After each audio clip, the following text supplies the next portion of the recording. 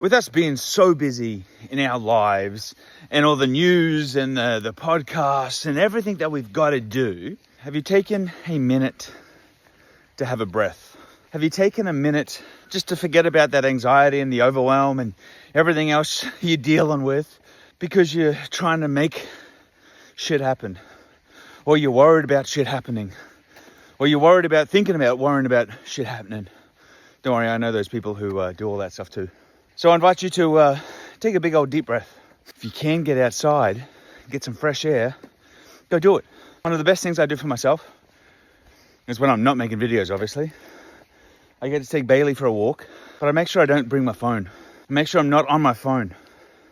Because I don't know about you, but when I have gone outside and I'm on my phone and I'm doing the walking while looking at your phone, I feel more drained than I do recharged. I feel like the phone is sucking the life out of me, sucking my energy. Same thing before you go to bed. I'm trying to start this new habit. I'm not always great at it, where I'll actually charge my phone in the kitchen and not beside the bed. And that always gives me a little bit of anxiety because I'm like, what if I just got a message? What if somebody just messaged me? What if someone just commented and I want to reply to it? But what I've found is the nights I do this, I sleep better. Versus the nights where my phone is beside my bed, I don't sleep as well. And I'll wrap this up into something really interesting. How often do you think about what's actually robbing and taking energy from you versus stuff that's actually empowering you?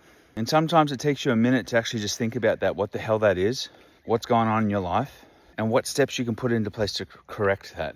Because I know I've got thought patterns. I got people who rob the joy from me. I got people who, just when you talk to them, you're just like, ugh. I got things I'm working on, just like everybody. Everybody's got a story. Everybody's got something. So what is it for you? Comment below. Let me know. Let me know what you think. Put your thoughts, put your comments below.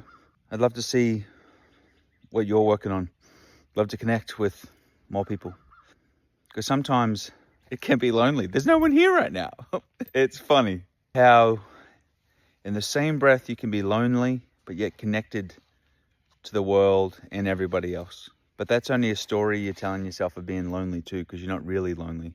One of the hardest things I had to get used to when I got into the van RV life was being comfortable with myself, being comfortable with silence, and having some peace with it. It's not easy to do that. It's actually really hard. It took a lot of work, because you'd hear a noise and you'd be scared. And you had to realize that that's just my mind and all the anxieties and the fears and stuff that I had to work on and release. Because there's a lot of people who'll never take this path, never adventure down it, which is fine. But some of the best memories I've had is just from the random adventures I've been able to have with Bailey and people in my life. And the random things I've been able to say yes to. It's pretty exciting. I'm grateful for random adventures. What are you grateful for?